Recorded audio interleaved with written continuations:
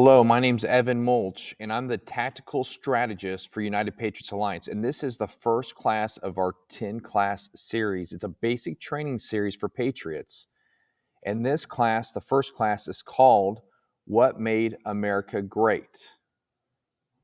The United States of America, born in 1776, our federation is the offspring of a religious based heritage of liberty under law, blessed with great natural resources and a pioneer people given to industry and moral discipline. Our federation grew to be strong and prosperous and developed the finest governmental system ever devised by man.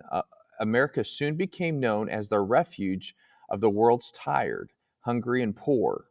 Millions left everything in the old world to start over in a land that rewarded initiative and hard work and perseverance.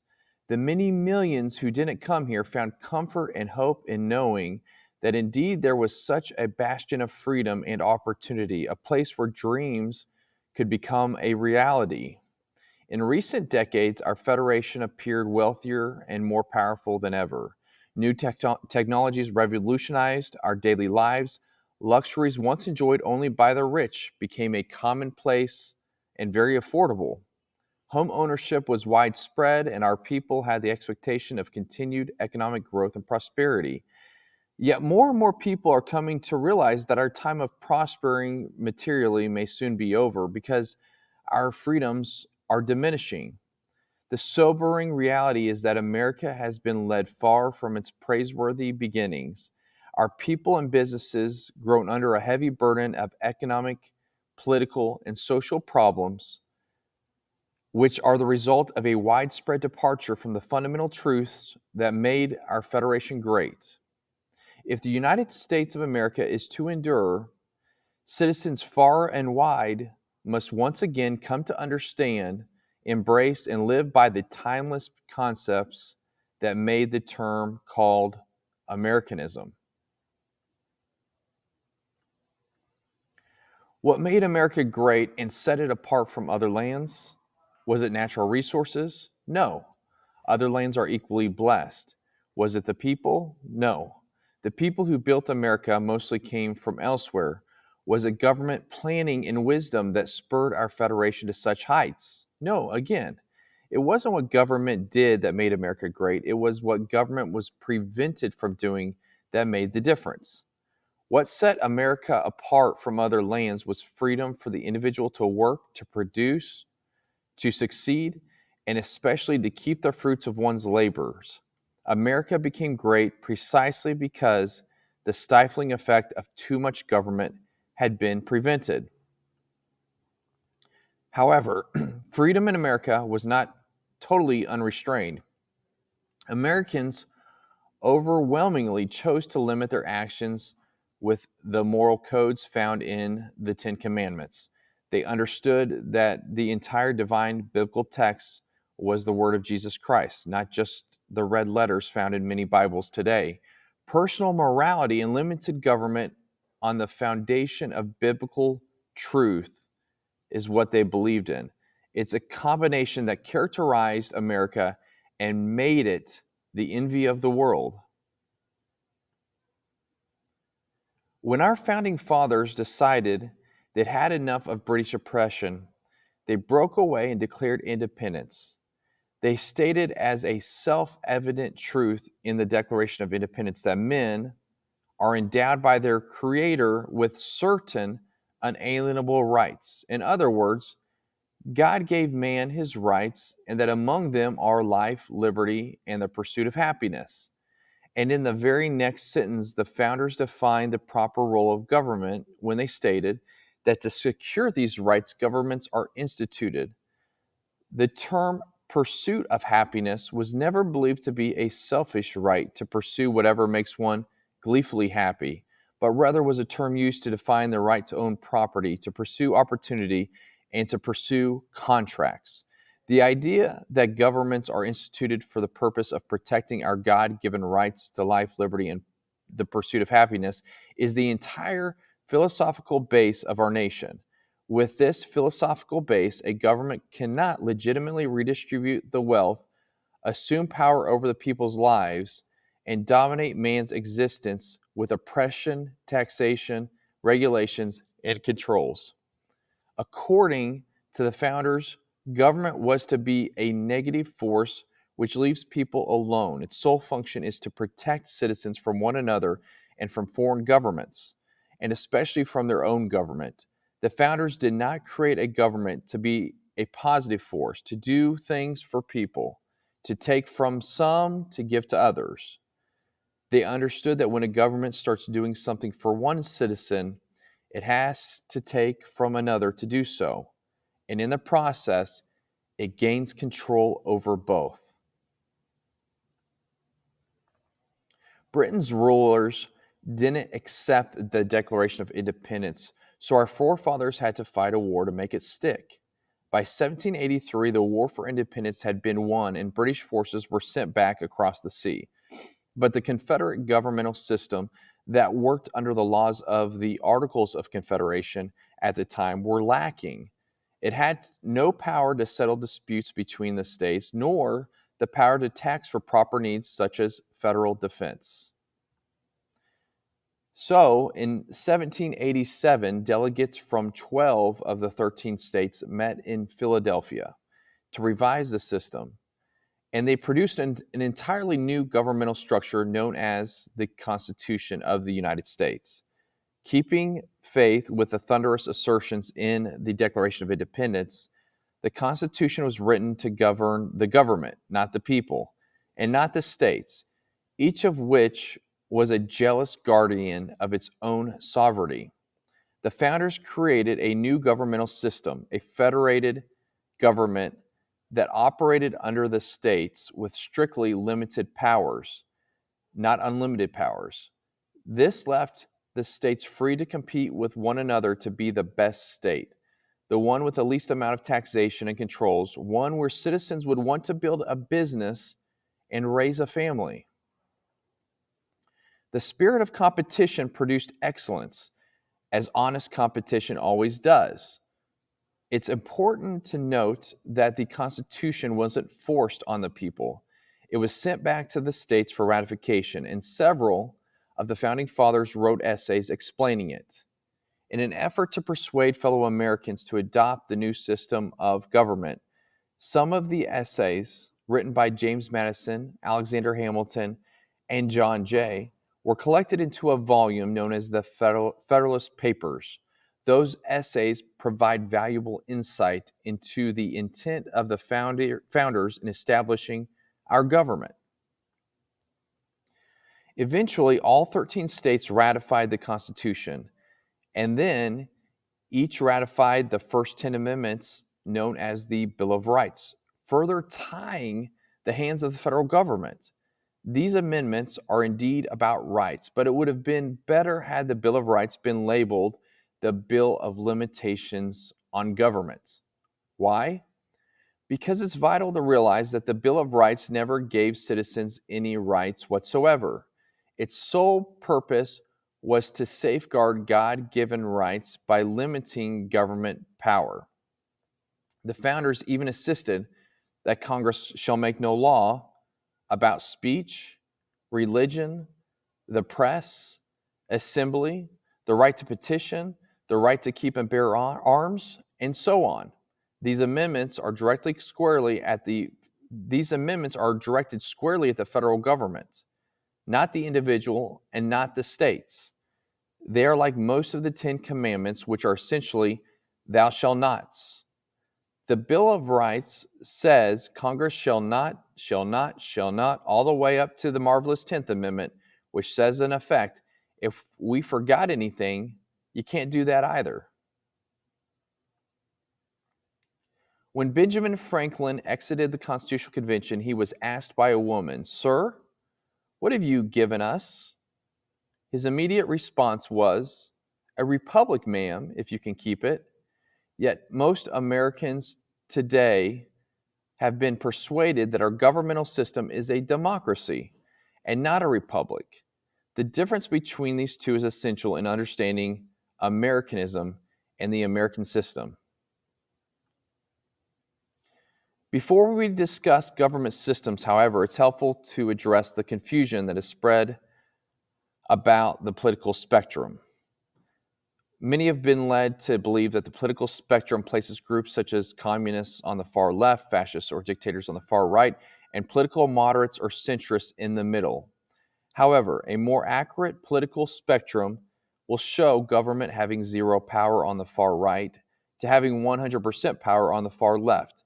At the extreme right, there is no government. The extreme left features a total government under such labels as communism, socialism, Nazism, fascism, dictators, any form of total government. Those who claim that Nazis and fascists are right wing never define their terms. This amounts to spreading confusion. Toward the middle of the political spectrum can be found the type of government limited to its proper place of protecting the God-given rights of the people. That's where a truly Americanist constitutional republic system is. Those who advocate such a form of government are really Americanists.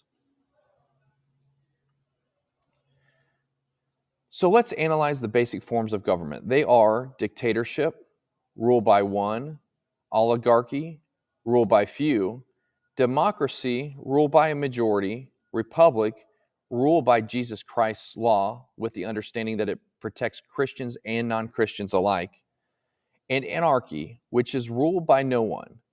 In discussing these five, we'll see that they can be narrowed down to even fewer. Looking first at dictatorship, this form of government doesn't really exist in a practical sense. It's always a group that puts one of its members up front. Every dictator has his bureaucrats or commissars, the people behind the scenes. This isn't rule by one, even though one person may be the visible leader. It's rule by a group. So let's eliminate dictatorship because it never truly exists. Oligarchy, which is ruled by a group, is the most common form of government in all history, and it is the most common form of government today. Most of the nations of the world are ruled by a powerful few, and therefore oligarchy remains. At the other end, we find anarchy, which means without government. Some people have looked over history and found that many of its worst crimes were committed by governments. So they decided that having no government might be a good idea. But this is a mistake because, as the ancient Greeks stated, without law, there can be no freedom. Our founding fathers agreed and held that some amount of government is a necessary force in any civilized, orderly society. In a state of anarchy, however, everyone has to guard life, liberty, and property, and the lives of family members. Everyone must be armed, and movement is severely restricted because one's property has to be protected at all times. Civilized people have always hired someone to do the guarding, a sheriff, a police force, or some branch of government. Once law enforcement was in place, the people were freer. They could leave their property, work in the fields, and so on. In short, the proper amount of government makes everyone freer. The word democracy comes from two Greek words, demos, meaning people, and kratein, meaning to rule. Democracy, therefore, means the rule of the people, majority rule. This, of course, sounds good, but suppose the majority decides to take away one's home or business or children. Obviously, there has to be a limit. The flaw in democracy is that the majority isn't restrained. If more than half the people can be persuaded to want something in a democracy, they rule. What about republic? Well, that comes from the Latin res, meaning thing, and publica, meaning public. It means the public thing, the law. A true Americanist constitutional republic is one where the government is limited by Jesus Christ's laws as given in Holy Scripture. America's founders had a clean slate to write on. They could have set up an oligarchy, but the founding fathers knew history, and they chose to give us the rule of law in an Americanist constitutional republic, not the rule of majority in democracy. Why? Let's demonstrate the difference in the setting of the Old West. Consider a lynch mob in a democracy, 35 horseback riders chasing one lone gunman. They catch him and vote 35 to 1 to hang him. Democracy has triumphed, and there's one less gunman to contend with. Now, consider the same scenario in an Americanist constitutional republic. The 35 horseback riders catch the gunman and vote 35 to 1 to hang him. But the sheriff arrives and he says, "You can't kill him. He's got his right to a fair trial." So they take the gunman back to town. A jury of his peers is selected, and they hear the evidence and the defense, and they decide if he shall hang. Does the jury even decide by majority rule? No, it has to be unanimous or he goes free. The rights of the gunman aren't subject to majority rule, but to Jesus Christ's law according to Holy Scripture. This is the essence of an Americanist constitutional republic.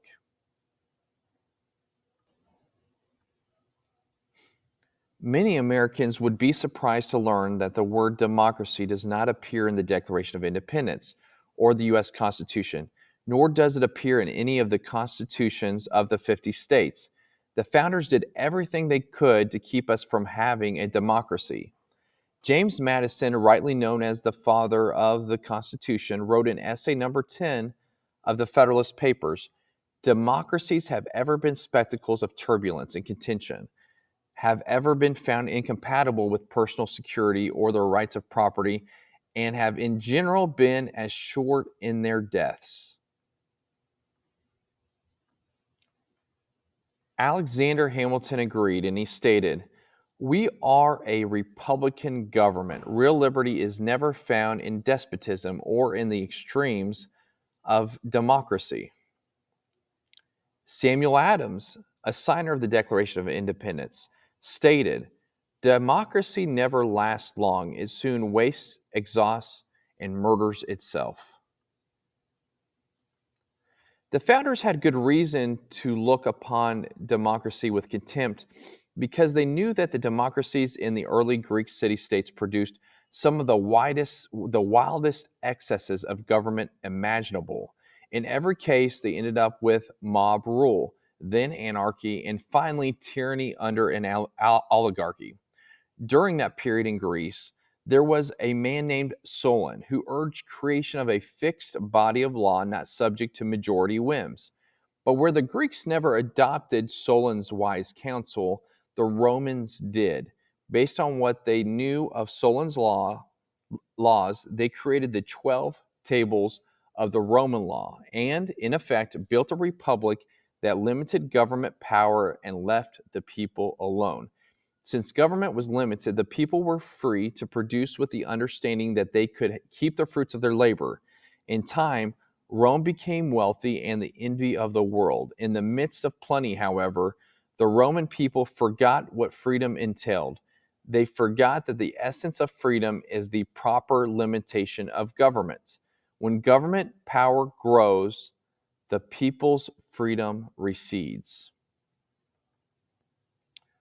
Once the Romans dropped their guard, corrupt politicians began to exceed the powers granted them in the Roman constitution. Some learned that they could elect politicians who could use government power to take property from some and give it to others. Agricultural subsidies were introduced, followed by housing and welfare programs. Inevitably, taxes rose and controls over the private sector were imposed. Soon, a number of Rome's producers could no longer make ends meet, and they went on the dole. Productivity declined, shortages developed, and mobs began roaming the streets demanding bread and circuses from the government. Many were induced to trade freedom for security. Eventually, the whole system came crashing down. They went from a republic to a democracy and ended up with an oligarchy under a progression of the Caesars. Thus, democracy itself is not a stable form of government. Instead, it is the gradual transition from limited government to the unlimited rule of an oligarchy. Knowing this, we as Americans are ultimately left with only two choices. We can keep our republic, as Franklin put it, or we will inevitably end up with an oligarchy, a tyranny of the elite. Just as there is widespread confusion regarding political systems, there is similar confusion in the economic arena. All during the 20th century, Americans were led to believe that there was a great struggle going on between capitalism and the communist world. Undoubtedly, a struggle existed, but the real adversaries were rarely identified properly. No discussion about economic systems will make sense without first defining terms. And one of the most basic terms in economics is capital, whose definition is the means of production. To illustrate what capital is, let's consider a very simple economy. On the sands of a small island, a castaway is just washed ashore. He has no food and he's hungry. He searches the island, but he finds no berries, coconuts, or anything edible. He goes back into the water and tries to catch the fish. He tries to catch fish with his bare hands, but he fails. So he goes back up on shore. He finds a bush. He breaks off a branch and gnaws at one end to make a sharp tip. Back into the water he goes, and with his spear he catches fish. His spear is capital. It's the meaning of production for catching fish. It's the means of production for catching fish. He gave up some of his time and some of his energy to produce something that he could eat, that he could not eat, for something that would help him to produce something that he could eat.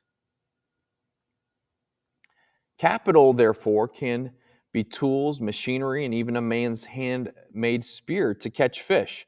Such being the case, consider that the communists in the former Soviet Union, as well as in China and Cuba, have always used tools and machinery.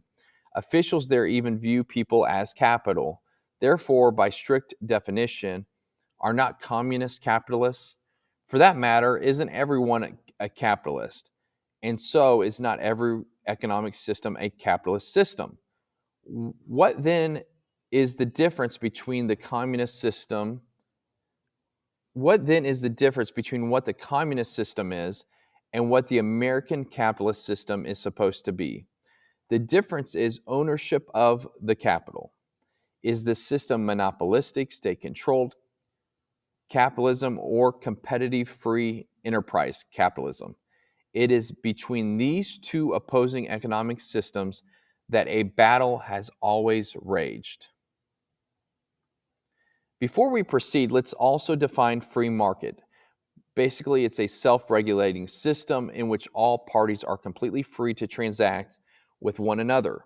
But where force, fraud, or injury damages one party, the government's role is only to punish those who commit such offenses and to vindicate the rights of the other party. This protects the integrity of the free market or free enterprise system without intervening in it.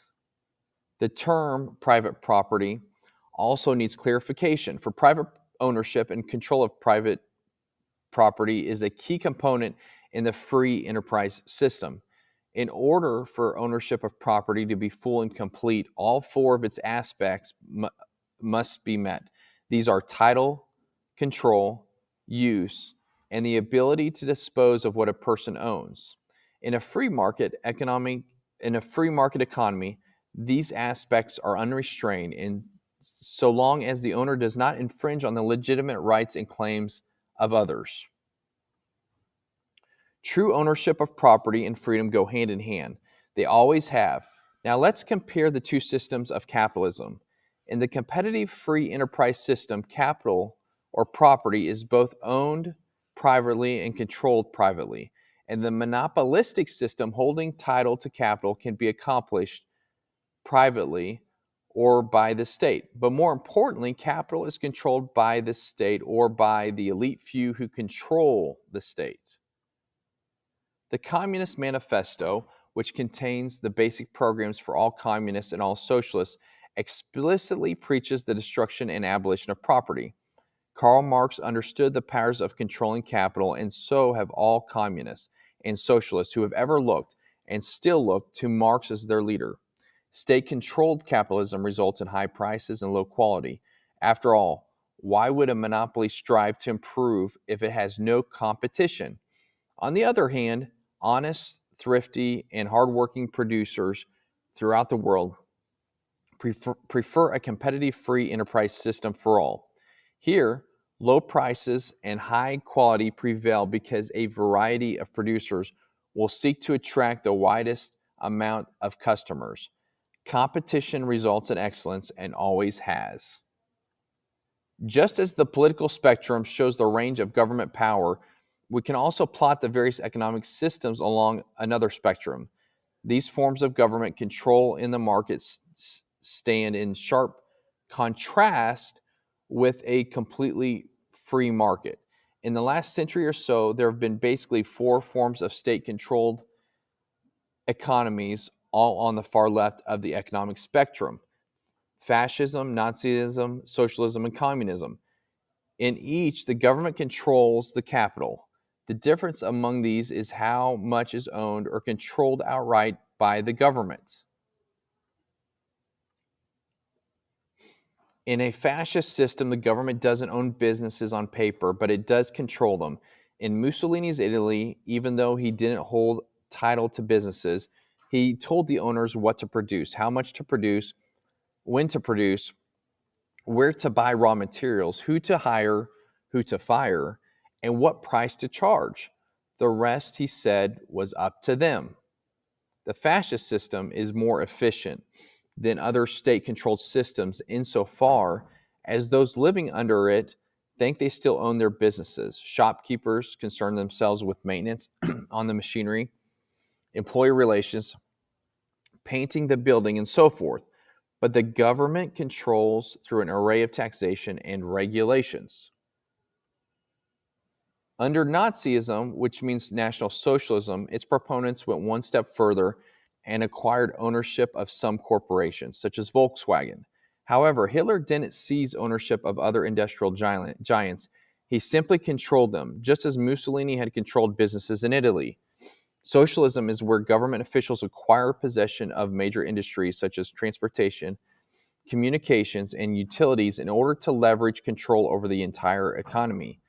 Through ownership of these vital segments of industry and by creating government regulatory agencies, socialists gain control over virtually everything else.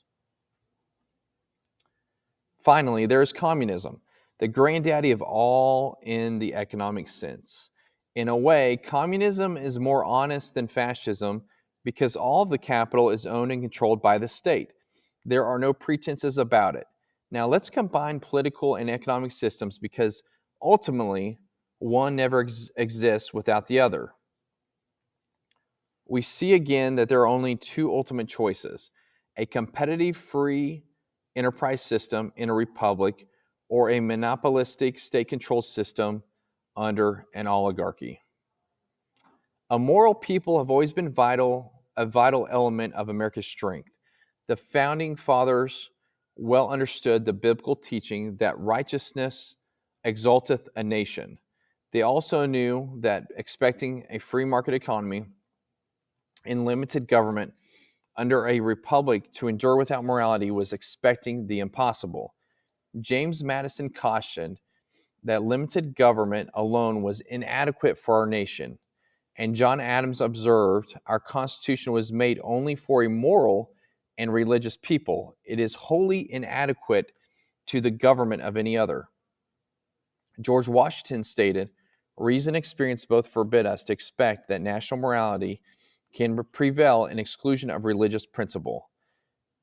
Yet there are people today who think that liberty is license and that morality is unimportant or irrelevant to politics and economics.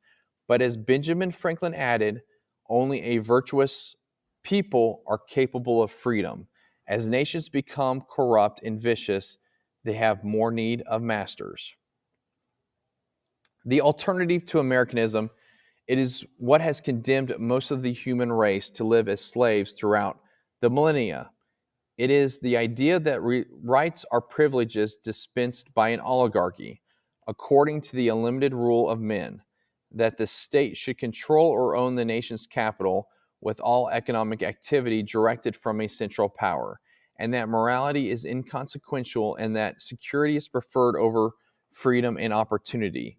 The Americanist constitutional republic system continues to be steered off course, and that and the principles that led to America's greatness are being cast aside.